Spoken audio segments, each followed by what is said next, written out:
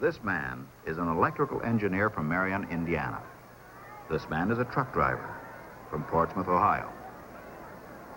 This man is a policeman from Pomona, California. These men are building contractors from Odessa, Texas. This man is a city councilman from the City of Industry, California. This man is president of an engineering firm in Atlanta, Georgia. They've all come together at one place for one purpose: drag racing.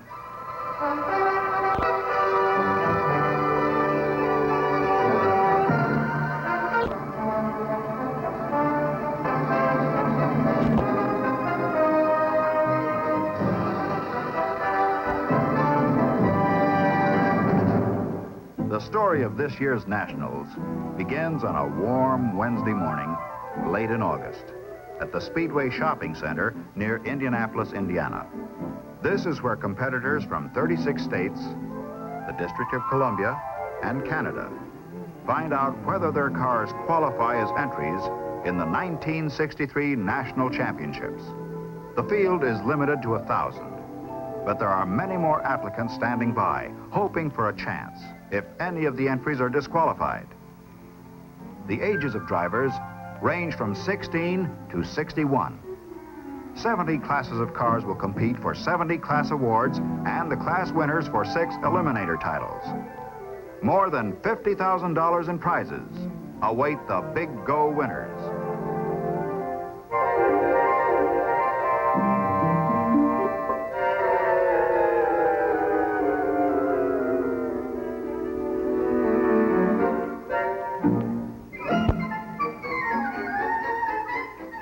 The idea in drag racing is to get into the lowest competition class with as low a weight to horsepower ratio as possible, and with most of that weight on the rear wheels. It's like a fighter sweating down until he's all muscle, no fat, but with the punch where it counts. This is a B dragster and will run in the B dragster class. If it wins the class, it will run for the competition eliminator title. But dragsters, no matter how lean, have to be a certain size, length, and weight to carry certain types of engines. There are set limits.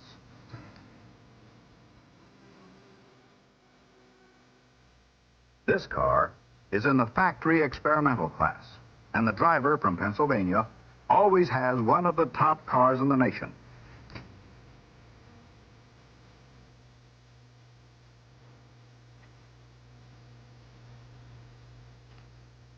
Because some of the equipment is not generally available, this car is assigned to the A factory experimental class.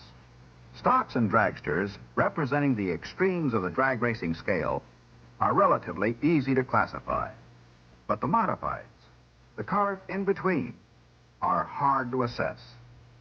Inspectors really have to know automobiles to know how to classify cars like this one. It has a modified 1949 Fiat body and a hybrid Chrysler engine. The verdict? It will run in the A altered class. The Hearst Shifter Hospital provides technical and mechanical assistance to anyone who needs help. Many contestants take advantage of this friendly service. But the National Hot Rod Association inspectors aren't concerned with the running gear alone.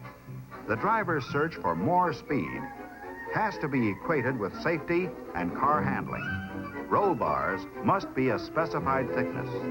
On this C dragster, they must be 1 5/8 inches in diameter if everything is A-OK.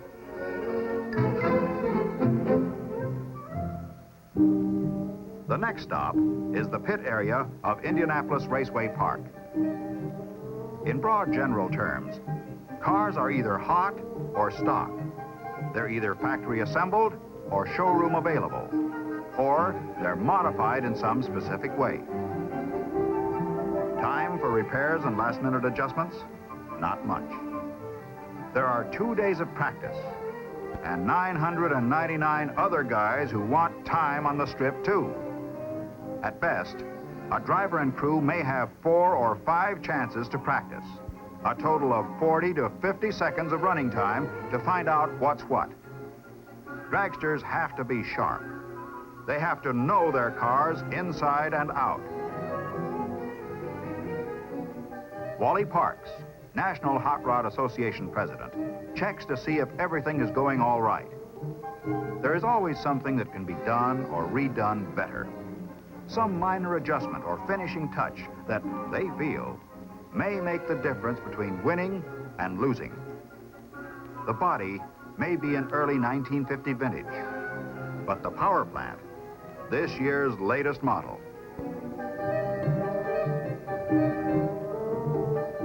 Look like a parachute? It is. At 180 miles an hour plus, which is the speed some of these rails hit, you need real stopping power, or you run out of road. Now, the staging area official checks the lineup of waiting cars. He relays word to the timing tower and gets the signal that the strip is ready for action. A pair of dragsters are first up, and like all entries, without self-starters, they must be pushed up to the line.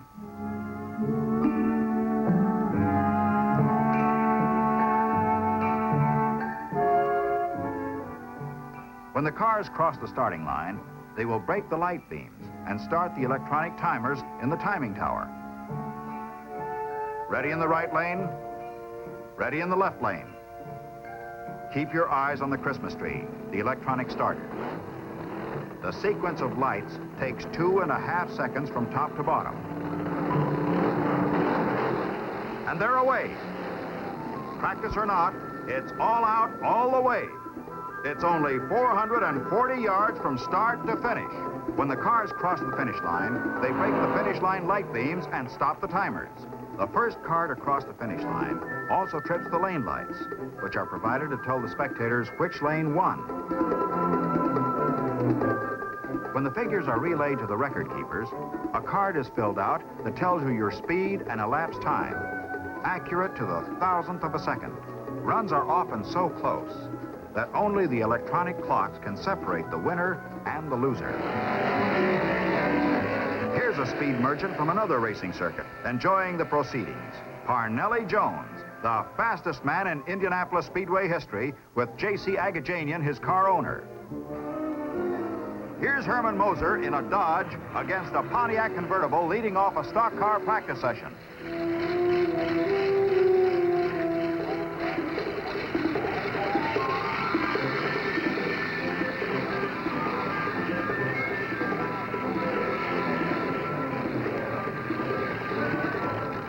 Bud Paubel in a 62 Dodge blows off Carmen Falcone in a 63 Plymouth.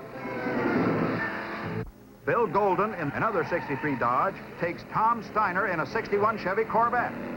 In the near lane, it's Charlie Smith, the leader in the World Point standings.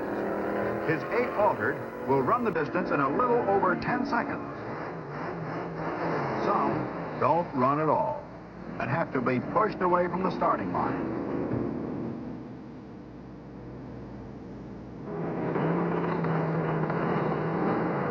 Others jump the start. Better not do that in competition, or the red light will disqualify the car. When you think of the imagination that created these cars of all shapes and sizes, when you think of the ingenuity that turned a dream into hurtling metal, you realize that the National Championship drag races are perhaps the world's greatest display of automotive ingenuity in action.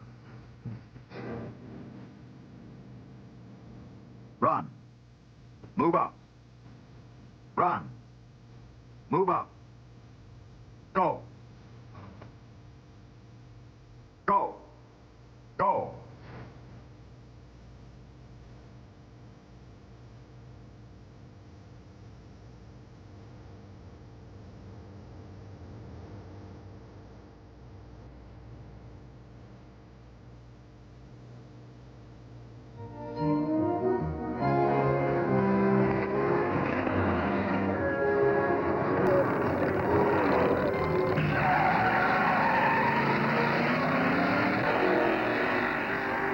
Parker swerves off the strip and cartwheels into the air. He scatters parts all over the area.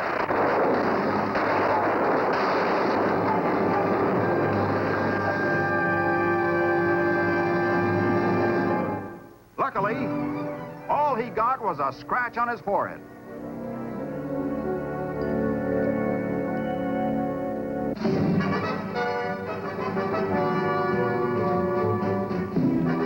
Saturday morning, early. The sun is hardly up, but the crowds are pouring into Indianapolis Raceway Park.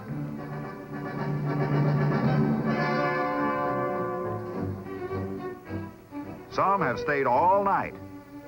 They'll get a good seat. The crowds wait anxiously for the big go to start.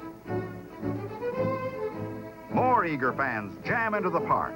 By 9 o'clock, the parking area is full, and there isn't a seat left. The crowd this year is estimated to exceed 75,000. Jim Johnson, who later won the B-Stock automatic class with his 62 Dodge, leads off with a promising practice run. Milo Coleman takes home the D-Stock trophy with his little Lord POTUS. Jim Thornton, last year's runner-up for Mr. Stock Eliminator, keeps Dodge hopes very much alive with another impressive run. Now, here comes the factory experimental classes. Dave Strickler wins the A factory experimental class and receives a gold wristwatch awarded to all 70 class winners by George Hurst. Two Pontiacs duel in the B factory experimental class with Jim Wangers, the number 926, winning it. Another Dodge winner, Ron Root, tops the C factory experimental class. When a class winner comes off the strip, his car is weighed, inspected again, and given another fuel check. If any infraction is found, he's disqualified. This year, 7 class winners were disqualified for a variety of reasons. The Dodges had no trouble. Dr. Dean Hill, a professor from the chemistry department of New Mexico State University, supervises the National Hot Rod Association fuel checks. Only service station pump gasoline, available locally, may be used. Sunday is another day. A day of more class eliminations. A day of more fun. The Golden Shifter girls and the Canadian Indian Bob Beezer parade up and down the strip to the delight of the fans. George Hurst, president of Hurst Performance Products Incorporated, has never missed the national championship drag races. This year again, he and his men are on the scene where they can personally talk with the participants and gain first-hand information about their needs. Now, it's time for action. Ed Eaton, National Hot Rod Association event director, checks with the cameramen and the starters to make sure everything is ready. Don Garlitz leads off in his Dodge-powered AA dragster against Ron Abbott in Hellzapoppin'. It's Garlitz all the way.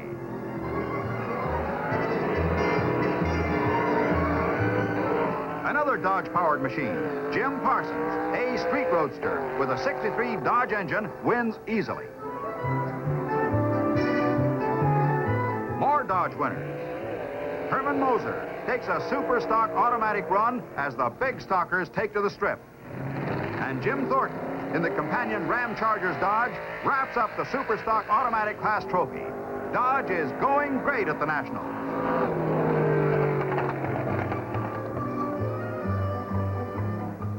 Bill Abraham from Akron, Ohio, wins the A-Stock automatic crown in a 62 Pontiac.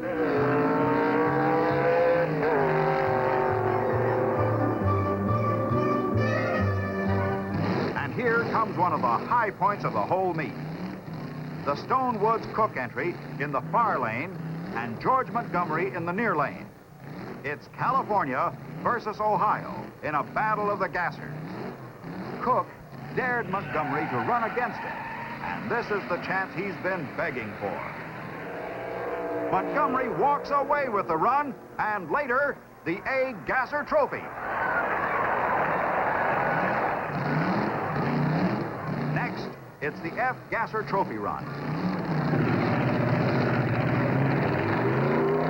And Dave Koppel's Flintstone Flyer is the easy victor.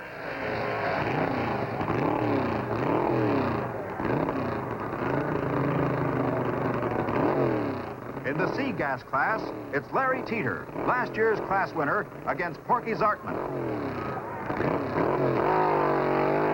Zartman's car is this year's winner. Ira Walden of Nashville, Tennessee, pushes him on.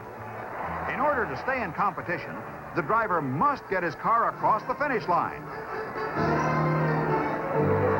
And he makes it. Man, what a drag. Monday, finals day. First, it's class against class in the little eliminator category. The Flintstone Flyer versus Old Reliable. With unequal classes running, the handicap system goes into effect. This gives the little guy with a good car a fighting chance in the final eliminations. The F gasser takes off, and then the A factory experimental job. But Dave Koffel can't hold his lead, and Dave Strickler comes on to win the heat. Next up, Jim Wangers versus Jim Johnson.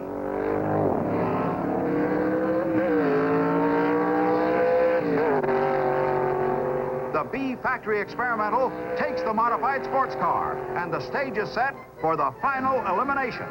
Only a small handicap this time, but Wangers jumps the gun, and Dave Strickler wins the little eliminator trophy with an elapsed time of 12.1 seconds. Now, the junior eliminator finalists move up. It's Jones, the veteran, against the Weiler Ryder B Street Roadster for the junior eliminator title. Scott Ryder wins the trophy with a speed of 118.11 miles an hour. George Montgomery leads off the middle eliminator finals with a win over Ralph Dees.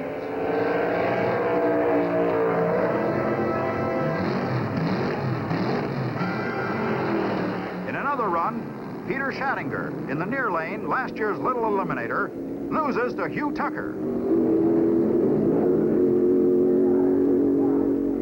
And here's the middle eliminator final. George Montgomery versus Gene Allitzer, who previously drew a bye because he was odd man in the 9-man field. Both cars are A gassers with Montgomery supercharged. George Montgomery, who retired at 27 after winning the little eliminator title 2 years in a row, comes back at 30 to take the middle eliminator trophy.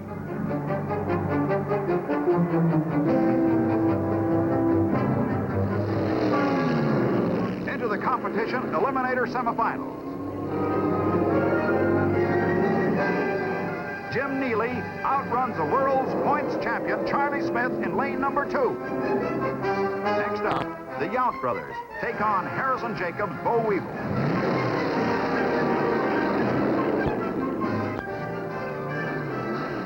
Yount in a B dragster versus Neely in a competition coupe. Yount in the near lane is never headed as he wins the competition eliminator title with a speed of 151 flat and time of 9.51 seconds. And now for the big boys, the rails. It's Gordon Collette versus Connie Kalita, co-holders of the national speed record. They blast off, and Kalita, despite the fact that he dropped his oil plug, wins the heat as Collette is disqualified. The question is, will he be ready to run in the semifinals? Action stops while the track is clean. Next, Bob Vodnick, an unknown driver from Chicago, meets Tony Nancy.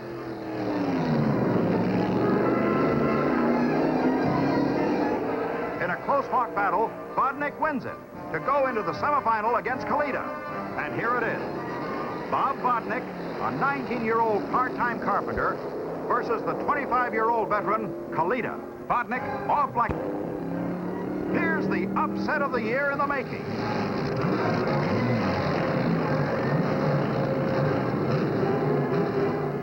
But Vodnick isn't a hero yet.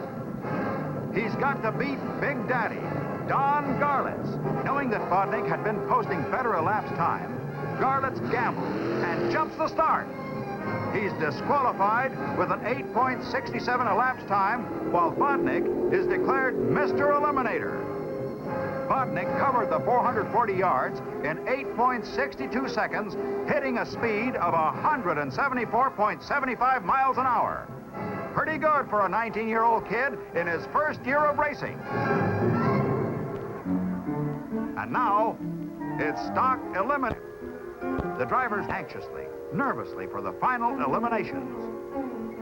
Jim Thornton, an automotive engineer, looks under the hood again.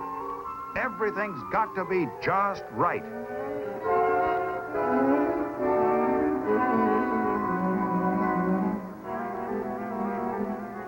Al Ekstrand, a lawyer from Grosse Pointe Woods, checks with his chief mechanic. He's satisfied.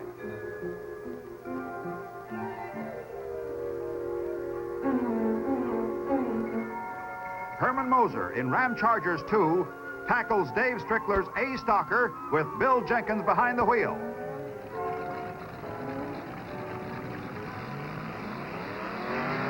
But Jenkins doesn't have a chance against the engineer from Detroit.